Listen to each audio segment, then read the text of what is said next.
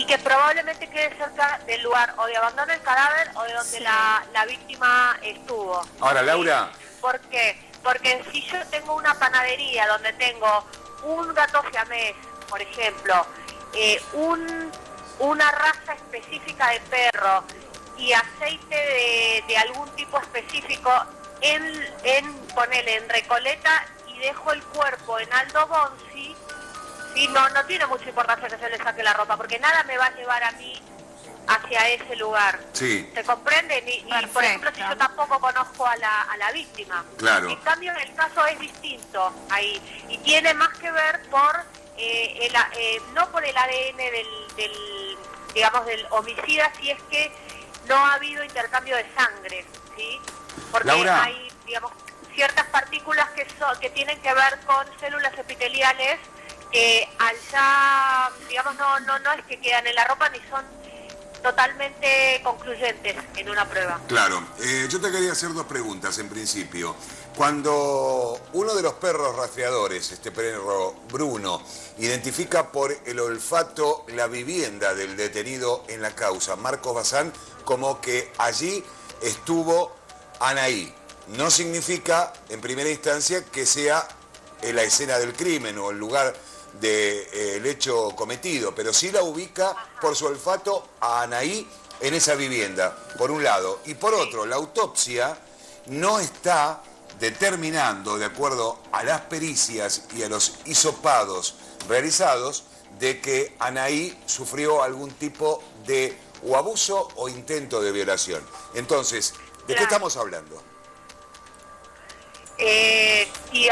Mira, no, sería muy salvaje si yo te dijera con total certeza mi opinión.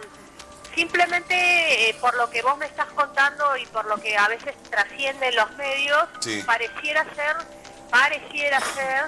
una motivación, tampoco que tiene que ver con la ira, porque cuando la motivación tiene que ver con la ira, los golpes en mayores en cantidad o con mucha contundencia, ¿sí? Y si fuese un arma blanca serían muchas puñaladas, por ejemplo. Por supuesto, o muchos golpes de puño, sí, hasta desfigurar la cara de la víctima. Entonces, y acá hay aparente ausencia de restrictores, es decir, de ataduras. Por lo tanto, no podría ser algo que ya haya visto o no sabría decirte con precisión porque no tengo ¿cómo se dice?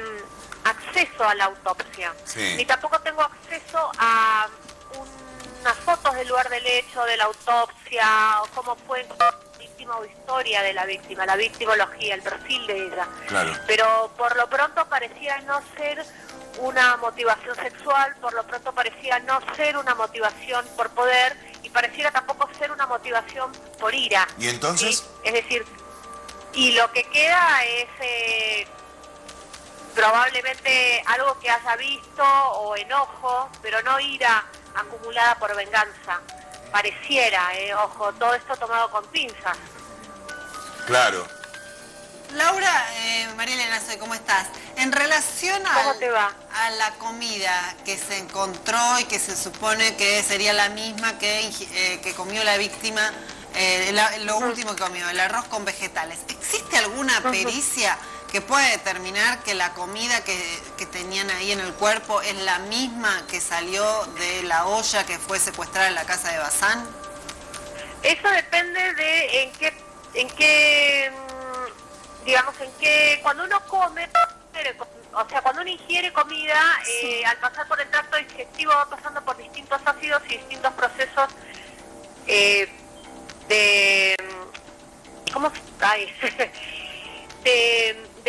para llegar al estómago y bueno, ir hacia la sangre o ser desechada.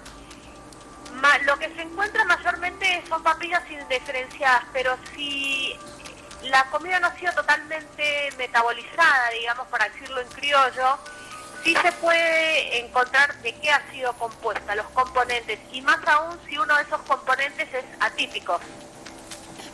Ajá.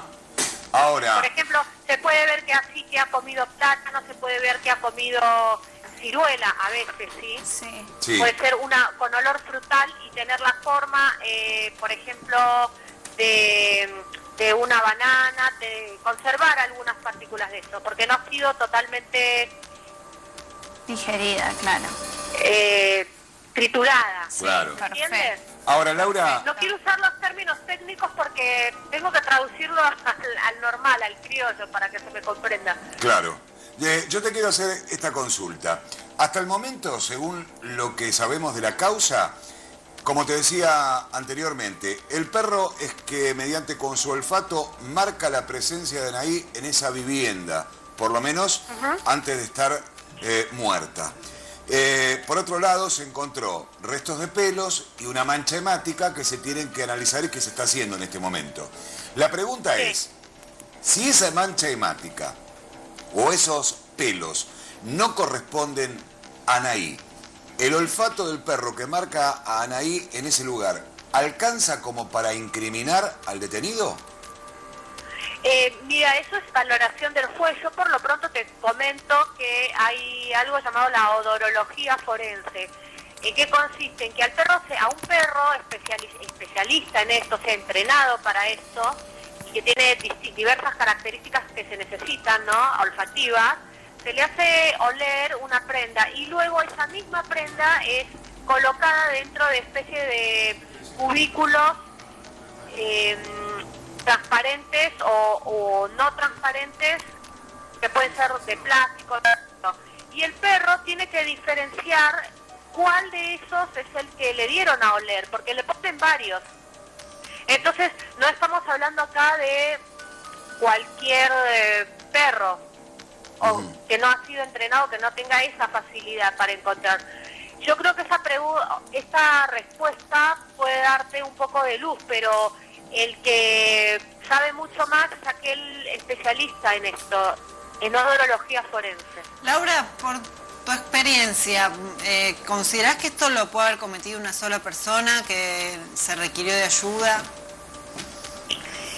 No sabría decirte. Vos fíjate, lo que ocurre es que el lugar donde ha sido enterrada es un lugar que puede ser transitado, de fácil acceso, por lo tanto me parece incluso hasta burdo, ¿no? Porque es la intención de que ella sea encontrada. Fíjate cómo se observa que en el suelo hay una gran diferencia con respecto a lo que hay alrededor, es decir, no se han ocupado de aparentar que esto es parecido a lo otro, ¿sí? De disfrazar. Claro. Laura. No tendría, el agresor, a mi entender, no tendría una mayor capacidad para desechar el cuerpo en un lugar mejor, o podría retenerlo durante más días. Sí. Porque probablemente no vive solo. Claro, Laura. Por las características, decís probablemente no viva solo. ¿Esto probablemente no haya sido premeditado? ¿Pudo haber sido un accidente que después desembocó lamentablemente en la muerte de Anaí?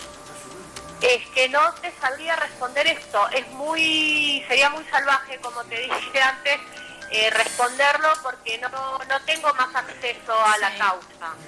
No he tenido ni siquiera he visto el cuerpo de la víctima ni por fotos, que por lo menos uno puede hacerse una idea, pero sí por lo que se sabe que ha sido primero una anestesia previa de Brugardel, es decir, ese es el nombre técnico, ¿no? Sí. Anestesia previa de Brugardel, cuando uno golpea a la víctima para atontarla, para, digamos, deprimir sus reflejos defensivos. Claro. Entonces la víctima está a merced del agresor y puede ser violada sin resistencia, enterrada viva sin resistencia, etcétera, incluso ahogada o asfixiada sin resistencia.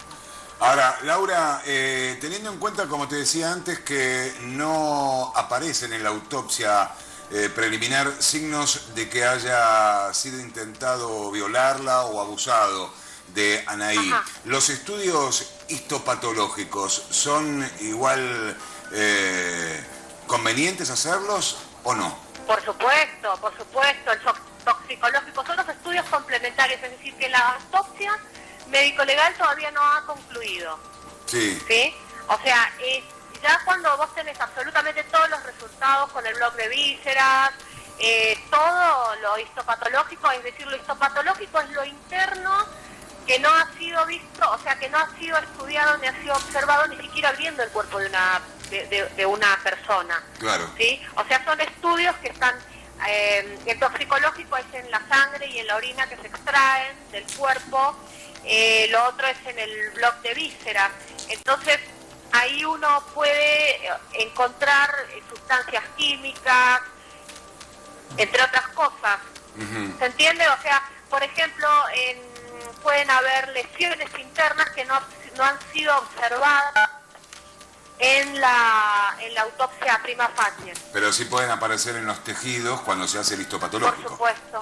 Es información para mí importantísima. Por eso se hace siempre en este tipo de casos, con reactivos, etcétera. O sea, es información. Por eso yo no me animo a decir, a dar algo categórico, porque en este caso es todo muy extraño, ¿no? Hay información sobre la autopsia, sobre la investigación que no se da a conocer por una cuestión precisamente investigativa, y me parece que esto es lo correcto, ¿sí? Me parece que no puede un investigador o las fuentes judiciales tampoco dar absolutamente toda la información que tienen, y me parece válido eso. Claro. Laura, por tu experiencia también, porque sabemos que no leíste el expediente, que hayan enterrado el cuerpo, ¿tienen que ver con la búsqueda de impunidad del crimen? Me parece que es como desecharse, incluso desechar el cuerpo, como lo haría cualquiera. Lo que no tiene es un modo, digamos, más... el agresor no tiene un modo o un lugar o tiempo más amplio o mejor para realmente quedar impune, o para que realmente el cuerpo nunca más sepamos de Anaí. ¿Se comprende lo que quiero decir? Sí. No, por ahí me estoy explicando demasiado extraño. Cuando uno tiene más tiempo, tiene, no sé, un auto, otras herramientas, otro expertise, hace las cosas de un modo distinto y más solapado. En cambio, esto es, a mi entender, demasiado burdo, pero es mi humilde opinión. Laura, estamos también en comunicación telefónica y me gustaría que vos te quedes para escuchar al detective José Paleta. Paleta, buen día. Carlos Álvarez, Sofía Bonacheri y María Elena te saludan. Hola, ¿qué tal? Buenos días, chicos. ¿Cómo les va? Bien. Bueno, Paleta a la licenciada Quiñones. Ah, bueno. Quería... ¿Escuchaste más o menos lo que Laura Quiñones venía relatando con respecto a lo estrictamente criminológico de este caso? Sí, más o menos estuve escuchando. Ojo, la licenciada tiene razón en muchas cosas. Yo pienso, a ver, yo quisiera saber cuál fue el motivo de muerte de esta chica, el móvil. Para mí el móvil fue o celos o bronca. ¿De acuerdo? Sí. Si bien sabemos que la chica fue por sus propios medios hasta el lugar, estuvo 4 días antes de aparecer sin vida, y aparece con 2 golpes, uno de ellos cortante en la frente y otro en el ojo. Correcto. Que tiene hematoma. No se puede hablar de que la chica fue enterrada viva porque no aparece tierra en los pulmones. ¿De acuerdo? Sí. Si bien aparece tierra en la boca, pero no en los pulmones. De haber sido enterrada viva tendría que haber tenido tierra en los pulmones. Correcto. ¿De acuerdo? Acá lo que tenemos que pensar es que para mí no hay 1 o 2 sospechosos. Para mí hay más gente que sabe más cosas acá. Vuelvo a repetir, esto yo no sé si fue por celos o por alguien que se sintió contrariado por algo que hizo esta criaturita. ¿Por qué dice por celos, José? Y puede ser por celos, uno no sabe para dónde puede arrancar todo esto, señorita. O sea, no sabemos el móvil de la muerte. Claro. No se conoce el móvil de la muerte. Recién analizábamos que podría haber sido, tal vez, y ahí estaría el móvil, un intento de abuso o de violación, y para reducir a la víctima se la golpea y al que lo hace se le va la mano y termina en la muerte de Anaí. ¿Está dentro de la hipótesis? Es una hipótesis, pero usted póngase a pensar algo. La criatura aparece 96 horas después de haber faltado de su hogar, aparece fallecida. Correcto. O sea que tuvo 4 días retenida o porque quiso quedarse ella. Sí. O sea, si fue un intento de violación, tendría que haber tenido otro tipo de marcas en el cuerpo. Claro, porque la data de la muerte... Brazos, la data de la muerte... piernas, Sí. y eso no aparece. Claro, la data de la muerte, según la autopsia, del día que encuentran el cadáver, data de 48 horas. Acá estamos hablando... Y sin signos de 48 defensa. horas más menos. ¿sí? Claro, más o menos. No se puede precisar, ¿sabe por qué? Porque al estar el cuerpo en la intemperie, Sí. y que hubo días de frío, eso preserva más el cuerpo. Sí. De frío y ¿me lluvia entiende? también. O sea que la data de la muerte es más difícil de comprobar con precisión. Y otro dato importante que acá me acota María, sin signos de defensa aparte. No tiene signo de defensa.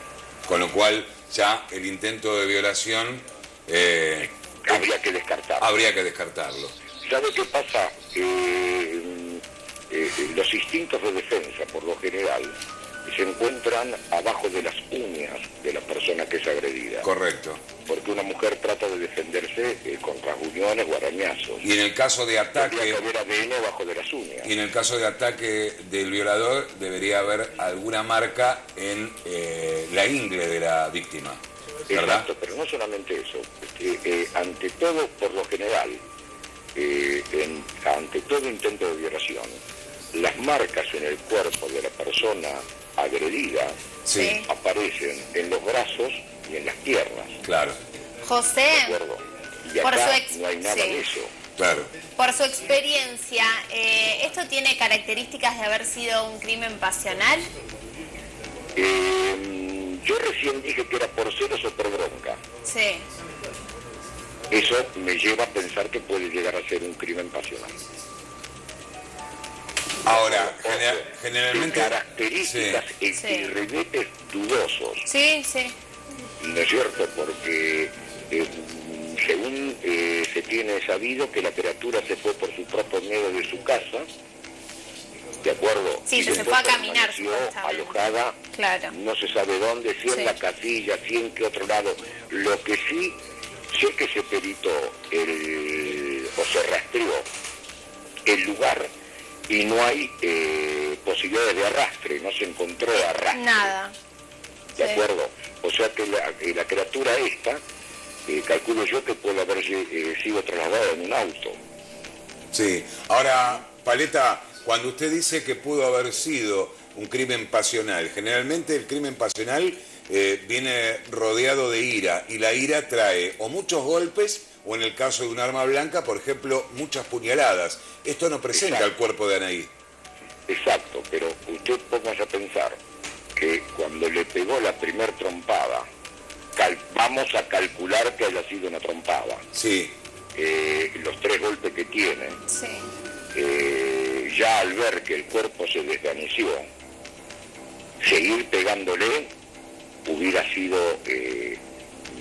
algo con muy poco criterio. Si bien sabemos que una persona que mata a otra no tiene criterio, sí. ¿de acuerdo?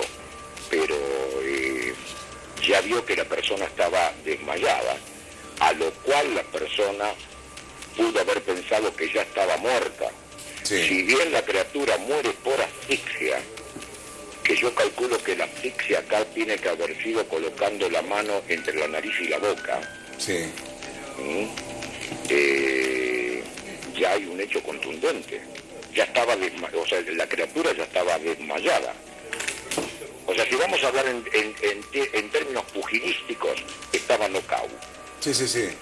Lo que pasa que muchas veces cuando es así un crimen pasional, el autor del hecho o la autora del hecho, por lo general, independientemente que la víctima esté muerta, sigue con el ataque. No siempre. Bueno, pero acuérdese, por ejemplo, le pongo un caso, el de Fabián Tablado con Carolina Aló. Sí. 113 puñaladas. Sí, de acuerdo, pero ¿sabe qué pasa? Que no todos actúan de la misma manera. Y usted dijo algo muy esclarecedor recién. El autor o la autora. Claro. Autor o autora.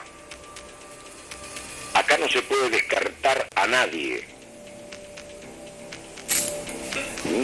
¿A quién le produjo bronca que esta chica hiciera tal o cual cosa o no hiciera tal o cual cosa? Claro, bueno, por ahora el único detenido en la causa es un masculino, ¿no? Estamos hablando de este hombre, Marcos Bazán. Él mismo refiere que no conoce a la víctima. A la víctima. José, otro dato que me parece importante. El primo Juan dijo que en el velatorio observó una situación rara entre los compañeros de Anaí, que veía que estaban acompañados de sus padres, recordemos que son adolescentes, pero que vio que no decían la totalidad de las cosas, que los padres le marcaban hasta dónde podían hablar y hasta dónde no, y dijo que por favor los llamen. El día que aparece sin vida Anaí, inmediatamente a mí me llaman por teléfono. Sí. Y yo digo exactamente lo que usted dijo, que acá los compañeros algo tendrían que saber o algo saben. ¿De acuerdo? Sí. Si verdaderamente existió una relación, si se quiere, amorosa entre el profesor y la víctima, los alumnos lo tendrían que saber. Sí, o al menos alguna amiga por lo menos. O sea, sí. Una amiga, alguien, sí. Siempre que pasa este tipo de cosas, a alguien uno le confiesa esto. ¿Sabe qué pasa, Paleta? Alguien alguna vez dijo una frase, tiempo que pasa, verdad que huye, ¿no? Yo siempre digo lo mismo, cuanto más tiempo pasa, más se aleja la verdad. Claro, y más coartada tiene el autor. Ni más ni menos. Pero ¿sabe qué pasa? Usted fíjese que acá no se utilizan, en casi ningún caso, se activan inmediatamente los protocolos. Acá tardaron mucho los protocolos. Por ejemplo, y lo vengo diciendo hace rato, lo primero que hay que hacer cuando pasa este tipo de cosas es determinar dónde está el teléfono. Porque hoy en día con la tecnología que hay tan avanzada por GPS, por 60 metros se puede localizar una persona. Sí. Eso no se activó inmediatamente. Los perros empezaron a trabajar 96 horas después. Claro. A mí lo que me llamó poderosamente la atención, no sé si ustedes lo pudieron ver, que había gente de caballería buscando, ¿verdad? Sí. Iban uno atrás del otro. O sea que todos pasaban por el mismo lugar. Así no se hace una búsqueda a caballo. Una búsqueda a caballo se hace en forma horizontal, no vertical. Porque el décimo pasó por el mismo lugar que el noveno, que el octavo, que el séptimo, que el sexto. O sea que así no van a encontrar nunca nada. Claro. No hay manera de dirigir una búsqueda. ¿Me interpreta lo que estoy diciendo? Sí, está concreto. Lo que pasa que, qué sé yo, hay muchos interrogantes, muchas dudas. Una persona primero fue detenida. Sí, igualmente la búsqueda que dice el detective, sí, lo que pasa es que la imagen que se ve de caballería cuando está ingresando, después la búsqueda se hizo de manera horizontal. Pasaron varios videos de gente desmontada buscando. Sí, era cuando estaban llegando al lugar. Y están en forma vertical, no en forma horizontal. Claro, era cuando llegaban al lugar. Cuando haces ese tipo de búsqueda, por lo menos tiene que estar separado. 7 o 8 metros cada uno a la izquierda del otro o a la derecha del otro. Claro. Para tener mayor camino. ¿Cómo voy a pasar por el mismo lugar que ya pasé? ¿Qué puedo ver yo que no haya habido el de adelante? Sí, yo, volviendo a lo que hablábamos con la diplomada en criminología, Laura Quiñones Urquiza, Paleta, pienso que van a ser muy importantes los estudios que se están practicando al cuerpo de Anaí y que ya fueron recolectados en la autopsia preliminar y que van a ser importantes. Estamos hablando de estudios toxicológicos, histopatológicos, la mancha hemática que apareció en la casa, el resto de los pelos. Y el resultado de las pericias de las cosas secuestradas en la casa de Bazán y también del profesor de matemáticas, porque recordemos que el profesor de matemáticas, si bien tiene una falta de mérito, sigue siendo investigado, claro. Y en su casa se secuestraron las computadoras y este auto que tenía huellas que había que determinar de quiénes eran. Sí, faltan todos estos resultados. Ustedes fíjense que el detenido Bazán en todo momento se pone a derecho con la justicia, entrega el celular. Sí. Y en el día de hoy le van a hacer la extracción de sangre, además. Exactamente, para que comprueben el ADN. Sí. ¿De acuerdo? Sí, que por ahora no hay con qué cotejarlo, pero va a quedar. Por la sangre que se encontró en la casilla. Sí. ¿Ok? Sí. Eso va a determinar de quién es la sangre y todo lo demás. Pero acá tenemos una criatura de 16 años muerta y todavía, al día de hoy, no sabemos, que son cosas fundamentales. La data de muerte es cierta. ¿Dónde estuvo durante el tiempo que estuvo con vida? ¿De acuerdo? Sí. Y no sabemos el modo real en que murió la criatura. Todavía no sabe. Y el móvil, que sería lo más importante, se desconoce por completo.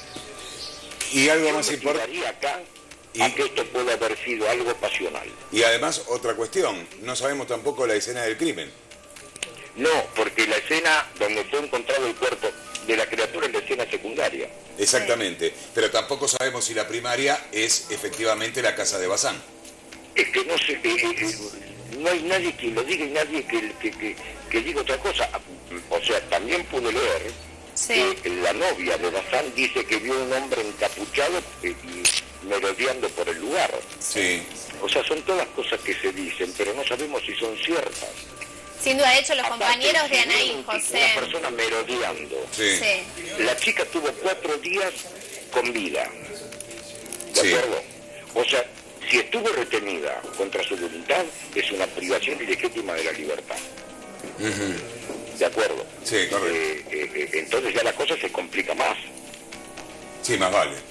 Paleta, mucho más. Más vale. Bueno, vamos a seguir de cerca toda esta causa porque es más que importante y todos queremos saber quién mató a esta chica, ¿no? La verdad que sí. Bueno, le agradecemos la comunicación telefónica con Crónica. Igualmente, que tenga buen día. José, hasta luego. Bueno, es un tema difícil, seguramente. El tiempo juega en contra de la causa, incluso, y a favor de quien está imputado en este momento y detenido, aunque no sea el autor del hecho, y también juega en favor de quien fuera realmente el asesino, si no es Bazán. Sí, ¿no? Si es Bazán, bueno, hay que esperar el resultado de las pericias y esto, bueno, claro. Si el resultado de las pericias da que la sangre fuese de Anaí y el pelo fuese de Anaí, bueno, su situación, por supuesto, va a ser aún mucho más complicada. Después, bueno, hay que ver si los investigadores probablemente estén también sobre otras líneas. Esto debería suceder cuando no hay una línea tan segura, pero en principio lo que dejaron trascender públicamente, y también es cierto lo que decía Laura Quiñones Urquiza hace un rato, no se puede contar todo porque si los investigadores contaran todo no se llegaría nunca al criminal. Muy bien, tenemos que volver con nuestro móvil en vivo e indirecto a Lomas de Zamora. Allí está trabajando en los tribunales Rodolfo Morel también con este tema. Bueno, Rodolfo, ¿qué tenemos a esta hora? Bueno, lo que tenemos, Carlos, a esta hora es que precisamente mañana a las 12 del mediodía van a pasar 7 días de haber encontrado el cuerpo de la adolescente de 16 años y todavía acá hay que armar un rompecabezas. El juez de garantía número 4, el que está a cargo de la causa de Anaí, el Sebastián Monelo, según la acusación que le está dando al único detenido hasta ahora del crimen de esta adolescente de Anaí, es privación ilegítima de la libertad, homicidio triplemente agravado y agravante de género. Toda esa acusación, Carlos, Sofía, María Elena, según el abogado y según esta imputación, no es escarcelable. Según los plazos que tiene ahora el doctor de Rosa, el abogado defensor de Bazán, insistimos con esto, el único detenido hasta ahora, prácticamente después va a cumplirse después de una semana de haber encontrado el cuerpo de Anaí, Tiene 15 días para estar aquí detenido y empezar con este tema de averiguación y puede prorrogarse por otros 15 días más. Mientras esto sucede con el único detenido, lo que sí está claro precisamente es lo que estaba diciendo la ciencia forense. ¿Qué es lo que encontraron precisamente ahí, en el lugar de la casa de Bazán? Una tijera infantil, ¿sí? Pelos de una mujer, la famosa olla con arroz y verduras, ¿sí? Sangre, una pala. Y lo último que se agregó a esto es una vestimenta de ropa femenina.